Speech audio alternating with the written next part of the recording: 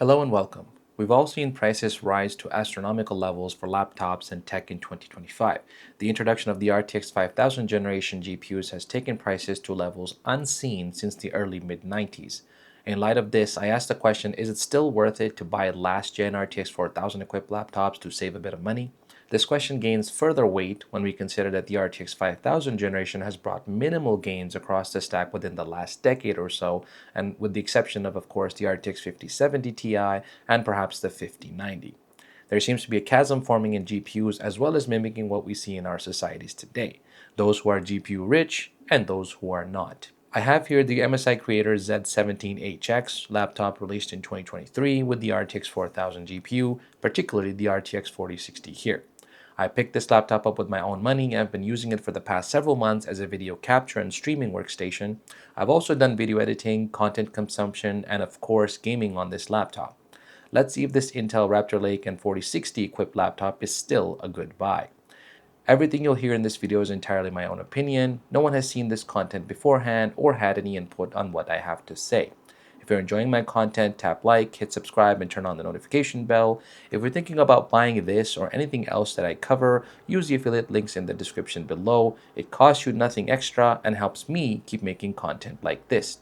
And if you'd like to support me even more directly, there's a Ko-fi link down below. It's a small gesture that makes a big difference for independent creators like me.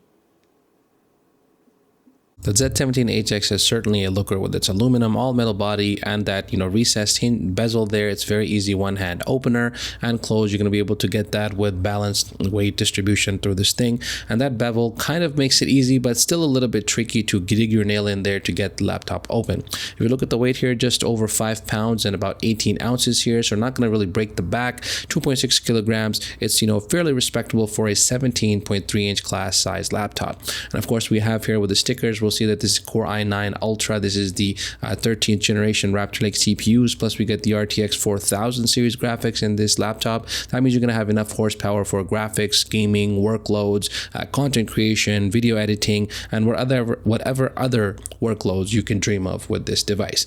Of course, with biometric authentication being the forefront these days, we also get fingerprint authentication, which makes sure that all of our logins and all of our data can stay secured on this laptop. And we got a beautiful kind of designed MSI Dragon logo here. This one does not light up. There's no RGB present there. However, it does kind of reflect depending on what angle the light is reflecting off of it. So it's a bit of a nice touch, but keeps it classy. The keyboard here has some beautiful RGB backlighting here. It's individually lit and, it's tuned by SteelSeries. You're going to be able to go into the software, which is the MSI Control Center. And from there, you're going to be able to adjust all of the different settings for this RGB LED light. If you look at the hinge here, it has that tilt back hinge design to allow some more airflow beneath the actual chassis of this device, despite having pretty large rubber feet here. We'll see in just a moment. And of course, if you tilt it all the way back, it can go quite far, although not quite 180 degrees, but pretty close to it. So it's something to keep in mind. We also have a true pixel display here and speakers tuned by Dyne Audio.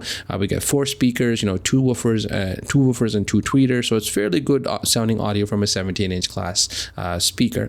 And the hinge is very, very solid. They're edge mounted or edge connected, if you want to say, but they're very, very solid feeling hinge. I never felt that they would be, they would not last. And we get here a beautiful 17.3-inch 1600p touchscreen display at 500 nits. It is IPS and not OLED, but that set aside, this is a very, very good display for pretty much any kind of workload you could throw at it. And nestled at the top, we have infrared cameras, of course, for continued support of biometric authentication. I'd love to see that on more laptops, so not just fingerprint sensors, but also biometric authentication via Face ID. And we have here at the bottom here 2 firing speakers, as I said, tweeter and woofer, both on the left and right hand side, making the audio of this PC pretty good. And we have these rubber feet here. You can see here that it's recessed quite well. It's a little bit hard to see at this angle here, but they're actually quite beefy, and when you put them on your lap, you will certainly notice them. And if you sit like that for a few hours, they'll start to dig in a little bit into your leg. And on the rear here, we have lots of exhaust and venting on this PC. We have some venting on the side as well as on the rear to make sure we can handle all of the heat that's going to be generated by the internals, the 13950 HX and the RTX 4060 in this particular model. We begin here the testing display with a backlight bleed test. This is a common request here, so we'll boot up the laptop from a cold boot. You can see here the light flickering, that's the power on button, and the LED on the power button. We can see there's very slight backlight bleed in the very extreme corners here, but during display operation in normal use, you will never notice that, and I've never noticed it really either. So I think it's a bit of a moot point, but alas, this is a panel perhaps from 3 or 4 years ago, considering on when they sourced this in their supply chain. So it is something to keep in mind and consider. We have here a 2560 by 1600 Quad HD Plus display with a refresh rate of 165 Hz, and of course you can scale it down to 60 Hz to preserve battery life when you're away from the mains. If we look at the readability test here of the display and the brightness, we can see here that the brightness scales quite well. Above 50% up to 100%, it's very, very nice and bright and vivid. You don't really lose a lot of clarity. Below 30%, it starts to get a little bit sketchy here. And if we look at the actual refresh rate of this display, 165 Hz, we can see that the actual display performance is actually pretty good. Although because this is a creator focused laptop, you're not going to get those sub 3 milliseconds or sub 1 millisecond times. But again, here pretty good display for most use cases.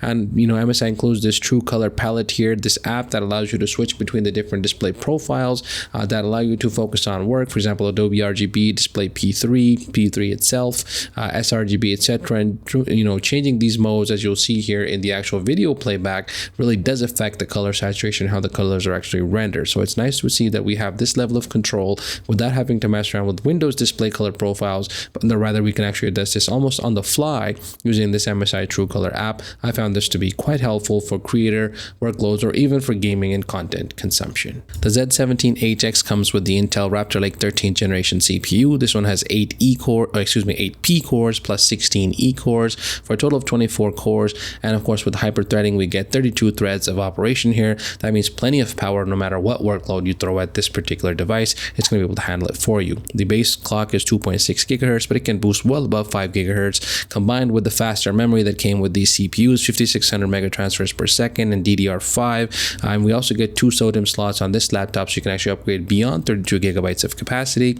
And looking at some of these synthetic benchmarks here, we'll see that we're getting fantastic numbers from this CPU despite being more than 2.5 years after the time of release. These are early 2023 release CPUs, and they were brought onto the scene as the top of the stack for Raptor Lake to be really the beefiest CPUs you can get. And in laptops, you're going to see 55 watts plus in terms of power consumption from these CPUs. But on the other hand, you're going to get some fantastic numbers. And if you're looking for multimedia and workstation class performance on a laptop, you'll have to stick with the HX CPUs. Still a great choice for performance-oriented workloads in 2025.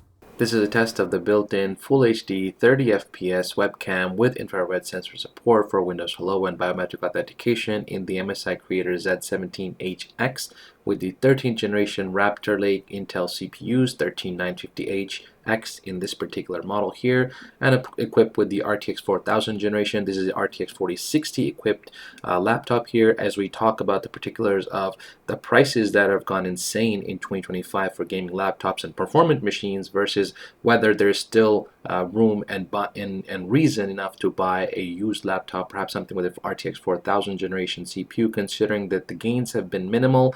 Let me know what you think of the actual video quality and audio quality from this laptop in the description or in the comments below. This one does have the Intel array microphones. That means you're going to get some sort of noise cancellation and noise isolation as you do your meetings and online video chatting from this webcam. I think it looks okay. There's really nothing really to rave about here. It's pretty standard what we've seen, 1080p 30 FPS for a few years now. We'd love to see these webcams being upgraded to very high megapixel 5, 8 megapixel, 12 megapixel counts, akin to what we've seen in the iPad with FaceTime, AI-based framing, noise cancellation, image improvements, and stuff like we're starting to see from the Copilot Plus PCs. Just to say a few words here about the battery life on this laptop. Now, I know this is a very, very contentious topic because everybody has a different approach to this. Of course, you can also use the standardized approach and use Passmark and things like that to get battery life values for different laptops in operation. But I believe those are disingenuous because they talk about just playing or looping YouTube videos until basically the laptop dies. Nobody actually does that in normal operation. So in my day-to-day operation, I did use this for a bit on battery, but as you can see here, I resorted to just using it on the the AC power, because battery life on these laptops is terrible. Despite it having a 86 watt hour battery, which is pretty sizable for a laptop of 17-inch size, I would have kind of expected 99 watt hours so we can max out that capacity there. But alas, it is what it is. Aside from that, I think the big thing to take away here with battery life is it's really going to depend on what you're doing, how you've got the display brightness set, whether you're using Wi-Fi and Bluetooth extensively, and whether or not you've got the Windows Energy Saver mode engaged here. So for example, keep in mind, if you're going to be using this, you should always be engaging Energy Saver if you want to get any type of reasonable amount of battery life out of this laptop. Now that said, with all of these optimizations in place, Energy Saver, the brightness down at least 50%. So we'll see here, this is roughly about 40% brightness, Energy Saver turned on, Wi-Fi or Bluetooth turned off if you're no longer using it. You're going to be able to reasonably get about 3 to maybe 4 hours of battery life out of this in a realistic scenario. Aside from that, really not much else to say here. Pretty typical. You do have the option of USB Type-C charging on the left-hand side. You've got those two Thunderbolt 4 ports with power delivery. If you're looking to get a battery life champ laptop, it's still going to be the MacBook Pro 16. That's the way to go.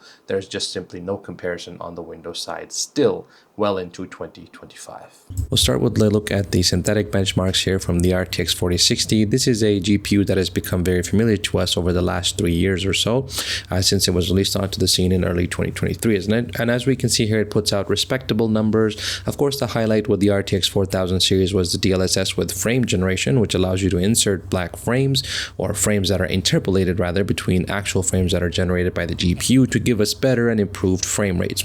So we can see here that the performance of the GPU is actually quite good, and we'll look at all these numbers here. The synthetics actually show that the GPU is still quite capable. There's really no reason to upgrade to the 5060. Of course, the 5060 has been a hodgepodge of a mess in terms of launch, and the pricing is pretty insane right now. So if you're looking to save a few $100s, a 4060 would be a great option. Of course, keep in mind that you want to have to tweak some of the settings. You're not going to be playing at ultra everything with ray tracing turned on. If those are acceptable to you, this is a fantastic GPU. Now, this one runs at 100 watts, so you can see here that it's about 70 watts in actual reality and gaming performance. It does vary quite a bit. Of course, we're hitting thermal junction temperature here of 86 degrees, so we're not getting the full 100 watts of this GPU, but this does start to top up. You can see here very close to 60 FPS, gameplay in Borderlands 3, an older game, but still a very taxing game and a great benchmark nonetheless. In Shadow of the Tomb Raider here, we'll see that about 90 FPS. It roughly averages between 70 to about 90 plus FPS depending on the scene that you're looking at here, but very, very playable and respectable frame rates here, so you can certainly enjoy this game. And of course, moving over to Total War 3 Warhammer, this one is a different type of game. We're getting about 48 FPS, and in a game like this, which is quite slow paced and more focused on strategy, I think that's pretty fine. 40 to 50 FPS, you're not going to have any issues with the actual gameplay experience here, so it gives an overall good performance, and you can certainly enjoy this type of game on the RTX 4060. And a little clip here of gameplay with the Oblivion Remastered. So this one here is running in medium settings with ray tracing turned on and in medium, and of course frame generation is turned on as well with DLSS set to quality mode. So this one is getting right around 60 FPS. It does vary. There are frame drops in this game, unfortunately, and some hiccups as well. You get those frame time spikes. But despite that, you can actually play this game very enjoyably with ray tracing turned on at medium level. So that's pretty good for the 4060. MSI's center is running in the eco silent mode, so that means wattages are quite limited, and as you saw there, it was a little bit flickery navigating between. So what we'll do now is take some temperature readings and also some fan noise readings, and we'll talk about how this laptop performs in terms of thermal management and of course the fan noise you can expect from this in daily operation. So we'll start with around the WASD keys here. And we can see here that we're getting some very, very hot temperatures. This is one of the downsides of having a metal unibody laptop or a all metal design laptop. So this guy here, it really tends to soak up the heat quite a bit. And I don't know if, more than 2 years on now, if this laptop's thermal grease has dried out, or the thermal contact interface material between the CPU and the actual heatsink / vapor chamber is still present or not. That's another discussion for another day, but that is the temperature we're seeing here. And of course, up at the top here where there's a air intake on the chassis, you'll see that it's a little bit warmer there. And if we take a look at around the hinge there, where because most of the heat is being exhausted around the back, we'll see there that it gets quite toasty here. You would not want this laptop anywhere near your physical body when this is happening. We're running in silent mode here. We'll take a look at the actual fan reading.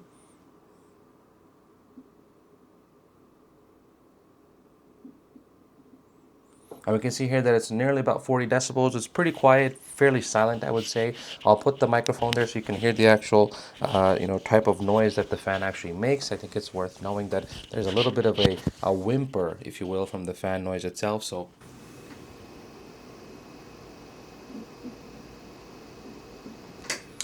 it's a slow whine that is, always present, almost always present when the fans are running. It's not the quietest fans nor the best fans in terms of the sound profile that I've seen, from other laptops testing. But, what I've seen here from the Zephyrus G16 and also from other unibody metal laptops is the same thing, that you start to get heat saturation and soak up into the actual metal chassis itself. So what we'll do now is we'll go over to the balance mode. Let's get some of these fans working here so we can start to dissipate a lot of this heat.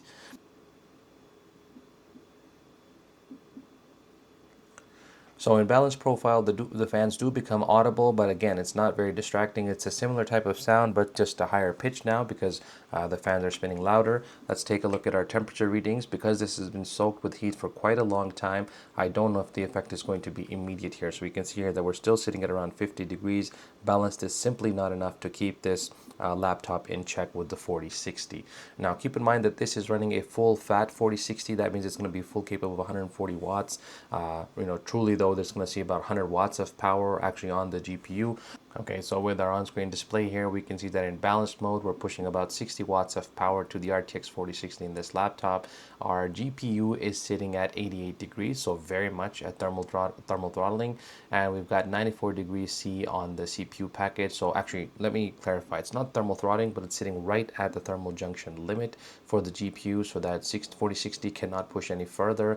We're seeing 1275 megahertz is the GPU clock. It's clocked way down because of thermal issues. It's not running anywhere near its full capacity. So now what we'll do is let's take a look at some temperature readings again, just having let this cooling come into effect with the balance mode and the fans having spun up. You can see here that we're still at 50 degrees Celsius, which is very, very hot, nearly 51 degrees actually. So if you're playing prolonged periods gaming on this laptop itself and keeping your hands on the keyboard, it is very hot to touch at this time. So for example, I'll take a reading around the actual keyboard here, even around the trackpad, and we'll see that we're still getting about 40 degrees. So the trackpad is fairly cool, but the body around the trackpad gets quite hot. So you can see here it's 43 degrees, around the area there.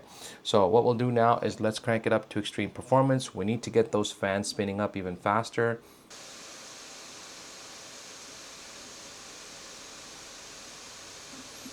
Which is more so typical and in line with what you'd expect from these performance modes or the highest performance modes on these gaming laptops. Not much has changed in this regard over the last few years. And of course, you can listen in and hear that the fan noise is quite audible at this point. But I can speak over the fan noise quite easily. And because this laptop actually has two woofers and two tweeters, it actually produces enough volume that it can overcome the fan noise on this particular laptop if you're using just a cooler boost and not running in max fans mode. We'll listen to max fans in just a moment. Let's take some more temperature readings, see how we're faring now. Okay, so we can see here that there's a slight drop to about 49 degrees, but it's not going to really be able to fare much better than that, considering that heat has been soaking into this laptop for quite a few number of hours now.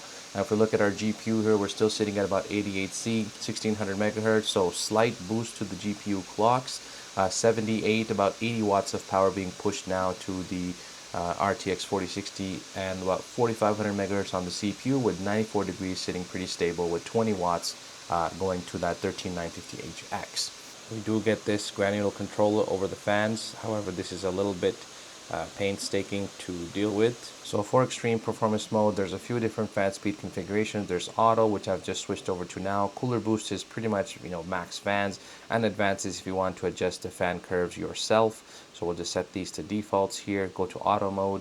You can see cooler boost, and that's what the initial curves look like. If we go to auto mode here, which is what's running now, auto fans, I have not applied any overclocks in the GPU section. Everything is set to 0 megahertz. As you can imagine, already being at thermal junction temperature, we're not going to get much more performance out of this laptop. So extreme performance running on auto mode. Let's take a listen in.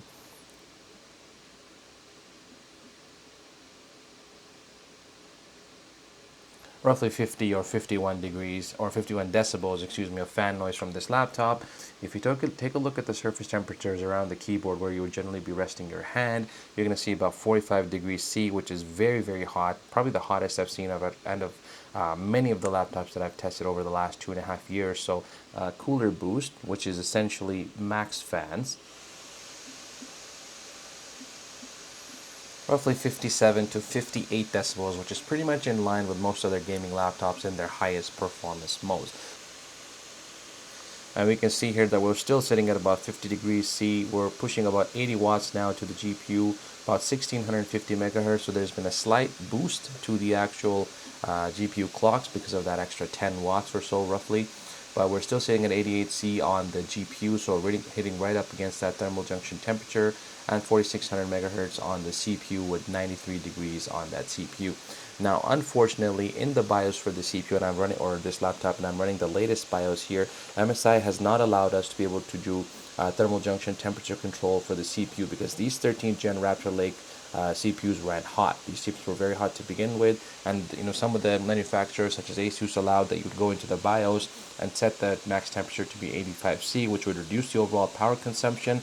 It is possible that if you open this laptop, but if you were to do that and repaste the CPU and GPU, reinstall the heat sinks, make sure all the screws are mounted tightly and correctly to the chassis, that may improve this situation a little bit further. But because we do not have here, despite being an HX CPU, we do not have control over the thermal junction temperature or undervolting on this CPU through MSI's BIOS. Of course, you can do that with throttle stop and other aftermarket tools, but that's additional headache that you have to fend with.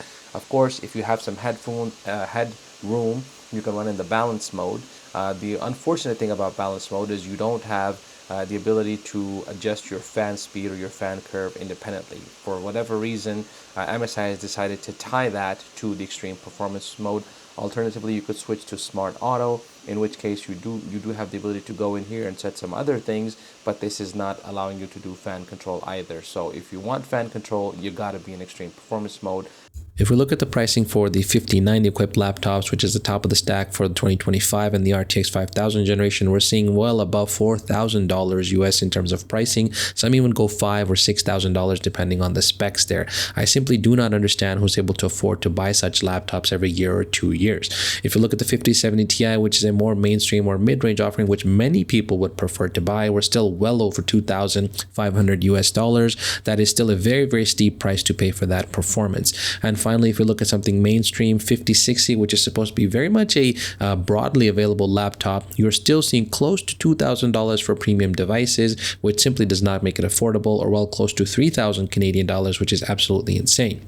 Turning our attention to the Z17 HX and the 13th generation or RTX 4000 equipped laptops on the used marketplace, you can find some deals. For example, this laptop was probably double the price at retail when it initially launched. Now, keep in mind though, there's going to be lots of variance even with these third-party sellers such as eBay and other sites, or perhaps even locally. So you're going to have to look around and really hunt for those deals, but they can be found. And if you're looking to settle for that, if you've decided that you're going to get a 4000 series laptop, you certainly can buy them, but you'll need to hunt, and it's worth the wait.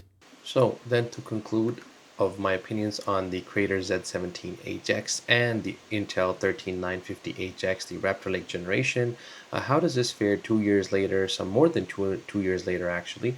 And what if you're looking to save a little bit of money because you don't see the big delta between the RTX 5000 series, or perhaps let's say you're coming from an older gaming laptop such as even a 10 or a 20 series from the RTX generation.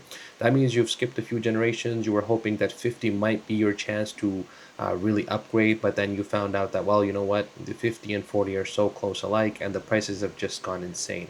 So what do you do in that case? Well, I think you have a few different options there, but this is certainly an option, is to buy stuff that is used aftermarket, and you can pick this stuff off of eBay or from your local classified, your Facebook marketplace, and what have you. So a few different options there to take advantage of. And if you do that, I can say here comfortably that you're going to be able to get a very, very good experience. Now, I want to point something out and to make sure that this is clear. I did in the thermals and fan noise section point out that this laptop gets very, very hot. And that's of course because I left it in the silent mode and I left it for multiple hours soaking the heat into this laptop. As you can see here now, I've been playing for the better part of 3 hours again today, testing various games to put together the gaming section of this review. And as you can see here, that we're faring much better with temperatures in terms of not even just the game temperatures, but also the surface temps as well. So I want to just, point that out before I close out this video. We can see here we're getting about 2000 megahertz on the RTX 4060 here. It's sitting at 86 degrees. That means it's pushing right up against that thermal junction temperature. And we're seeing about 90, 95 degrees or, 90 plus degrees on the CPU, but it's only getting about 20 to 30 watts of power here. So that said, I'm not getting, those stuttery things. I've got my hands rested on the laptop's deck here, and everything is faring pretty well. So I think it's really gonna come down to, and of course, I haven't mucked around with throttle stop or done any of the tuning in terms of, getting everything dialed in just right. If you do spend the time and invest into doing that, you can probably get even a better overall experience from this laptop. So if you're looking to save a little bit of money, that's going to be an option for you. You're going to be able to get some pretty good experiences here. And you may need to tweak the settings a little bit, work with the fan profiles on this laptop and try to get a very good playable experience here. But if you're looking to save some money, you just don't feel that the prices are justified, then this is something you should certainly be considering. Saving a few dollars or a few $100 in this case, or perhaps even a few $1,000, depending on what 5000 RTX 5000 laptop you had in mind. This is certainly the way to go. So I really enjoyed this laptop. I love the touchscreen about it. We've got biometric authentication in the terms of in the sense that we have fingerprint authentication and IR Windows Hello authentication. Has a gorgeous DCI-P3 touchscreen, 17.3 inches. 17-inch laptops have kind of gone extinct over the last few years with the migration up to 18 inches in terms of the standard laptop size for large laptops. However, the problem with 18-inch laptops, because they're such a large size, you have to buy all new bags and backpacks and carrying equipment. They often don't slip into normal backpack size sleeves. So that's another consideration you need to take. And of course, those 18-inch laptops are not small. They're very, very heavy as well, and they often include 400-watt power bricks, which are extremely heavy and take about a kilo on their own, or 2 pounds or so, roughly a little over 2 pounds. So anyway, all that said, I think the MSI Creator Z17 is still a great option. If you can find it at deal on eBay, on third-party marketing sites, you should certainly consider it, or third-party classifiers, you should certainly consider it. And as you can see here, I'm running at about 50 FPS, depending on what's happening in this game. And this is a very taxing game here, one of the latest releases. But overall, I think it's a very, very playable experience here. Okay, so we'll leave it at that. I hope you enjoyed this content. Check out this description below. If this product is still available and I've got a link for you, you'll find it there. Using those links is a great way to support the channel, and I sometimes include discount codes to help you save.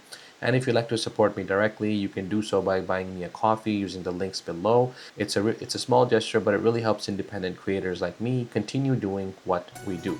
Thanks for watching. We'll see you in the next one.